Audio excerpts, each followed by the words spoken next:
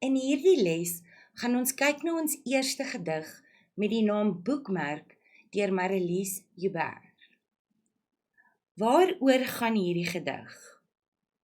Die titel sê vir ons presies waaroor die gedig handel.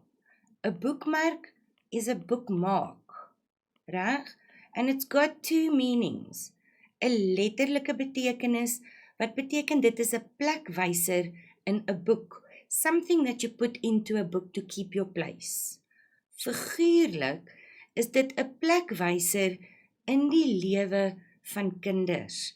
And you will see as we go through this poem, it is from the perspective of a teacher working with the children in her class, then thinking back on her own school days and trying to bring out the good things so that the children only have good memories on that they take with them on their life journey. Right, let's begin. Kinders met wange soos mossies. Kan julle sien kinders is alleenplasing. Dit beklemtoon die woord en dit sê vir ons oor wie hierdie gedig gaan. Dit gaan oor die kinders. Met wange soos mossies. Dit is met ander woorde 'n vergelyking. En hoekom gebruik hulle mossies? Mossies is this little bird that you see over here. Nou wat ons hier net moet onthou. Hier kry ons 'n ding wat ons noem intertekstualiteit. Reg, die intertekstualiteit met die Christelike Bybel. So in the Bible, it says that mossies are important to God, even more so humans are important to him. So die kindertjies, alhoewel hulle klein is nog steeds vir hierdie onderwyser baie belangrik. Reg, so hierdie kinders wat teen elke oggend stoei, they wrestle with each morning because they don't want to go to school. Hulle is nie lus om skool toe te gaan nie. Hulle is nie lus vir skool nie. Reg, hande altyd woerende vlerke. Woerende is what we use to describe the way a bird's wings are flapping. En elke lyfie is seilende gesang. So both of these concepts are metaphors. Dit is metafore, want dit is 'n vergelyking van die kinders se hande met die voeltjie se vlerke. En elke lyfie wat beweeg soos 'n seilende gesang. 'n Sailing and 'n gesang is a hymn or a song of worship. But also, woerende vlerke is ook 'n voorbeeld van klanknabootsing, onomatopee. Reg? It is not only the way that a bird's wings used, it's also the sound that it makes. En dan seilende gesang. So die lyfie is soos 'n seilende gesang, but a hymn or a song cannot sail by itself. In other words, dit is personifikasie. Reg. Vlak bo water speel van 'n klipvloergang. Nou die klipvloergang wys na die passageways in the school. Dit is die gange in die skool.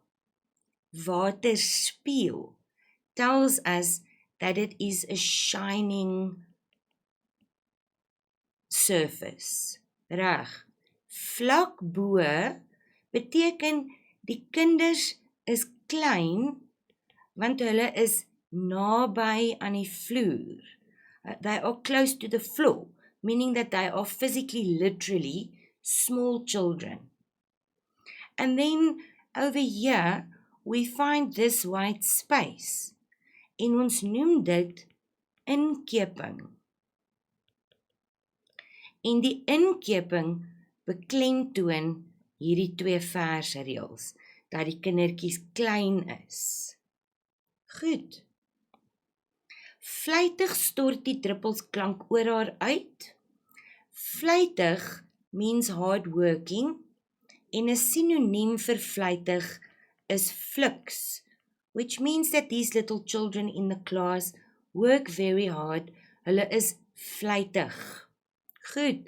Vlytig stort die druppels klank, so the drops of sound showers, but nothing can be flux except a human being. In other words, this whole line is an example of personificasie. So what basically happens is that this teacher hears the sound in the class, die druppels klank, dit stort oor haar uit totdat sy verbaas. So she is surprised when this happens. Verbaas means surprised. Die reuk van bittersoet jasmijn uit haar skooljare proe.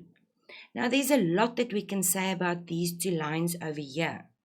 First of all, this word bittersweet, bittersweet. Once again, two opposite concepts that we put next to each other. We call that oxymoron. So die bittersweet beteken that she does not only remember the bitter things, the bad things from her school days, but also the sweet things, the good memories that she has from school. Jasmijn is a sweet-smelling flower. So this adds to the fact that she has good memories as well. The fact that we are mixing two senses here, die reuk van bittersoet jasmijn proe. Ons sê dit is die vermenging, the mixing van sintuie, of senses. Good, because she is tasting, the smell of the jasmine. En dit noem ons synesthesie. Important concept to remember. Reg. En in haar skooljare waar sy ook kon mor, this word mor beteken om te kla, or to complain about something. En protesteer. And she protested. So when she was at school, she also didn't necessarily enjoy everything. She also had bad memories. And she protested. So hier kry ons 'n dubbelpunt. En dit sê vir ons, daar is inligting wat volg. So wat is hierdie dinge waaroor sy kon mor en kla? Waarom is alles altyd ver? Why is everything always far from here? Waarom is alles altyd hier?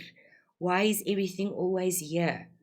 Waarom moet ek leer? Why do I have to learn? Van optel, addition, aftrek, subtraction, en deel is division. So here, they are talking about maths, wiskunde. Van dooie digters, of dead poets. So here she is referring to the languages. Reg? Dit is met ander woorde die tale. Uit die toentertyd, from very long ago. En dit verwys na geskiedenis, which is history. And then van watter land sit waar en waarom draai die son? This is geography, geografie. So she had a little something to complain about almost every subject that she did at school. Toe maak sy die dag oor. Now this word to and then, dit wys vir ons, hier is 'n bietjie van 'n wending in die gedig. There is a change in the poem. So once she has heard the sounds of the children in her class, and it's taken her back to her own memories of her own school years. Then she made a decision, and that's where this change comes in. Toe maak sy die dag oor, and then she remade the day. Sy wil dit vir hulle lekker maak. Sy wil hê dat hulle goeie herinneringe moet hê. She wants them to have good memories of school. Met elke skoolklok werk sy, so with every bell that rings, in other words, every lesson, every period of the school day, werk sy namens Mossiekind. Goed, dit sê weer eens vir ons, die kinders is vir haar baie belangrik. The children are very important to her. Reg. Kom ons pas die wind met wange soos soldaaitjies. So let's press the wind. Now you can't really press the wind. If you look at the picture on this slide, that's what she basically refers to. Let's take these memories and press it like a flower that we could make a bookmark into to use as a placeholder in our book. But now she is creating a placeholder in their lives, as we said right in the beginning. Reg, kom ons pas die wind met wange soos soldaaitjies. Hier het ons weer soos, so dit is 'n vergelyking. En dit verwys terug na die heel eerste of die tweede reël wat sê met wange soos mossies. Nou is hulle nie meer mossies nie, nou is hulle soldaaitjies. Reg.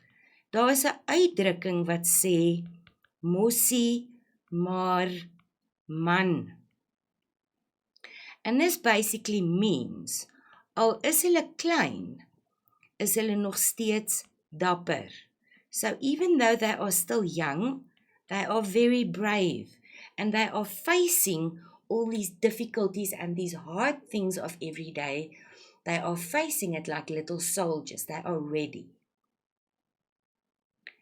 Totdat elkeen net die geur van jasmijn kan boekmerk, so that the only thing that is left is the smell of the jasmine. So net die goeie herinneringe bly agter. Only the sweet memories is left over. And this is what we use, these memories, to guard us teen die onheil van ons ellelange reis.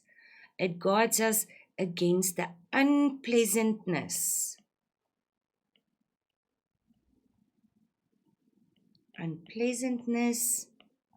of life. Want hierdie ellelange reis verwys na ons lewensreis. Right, our life journey.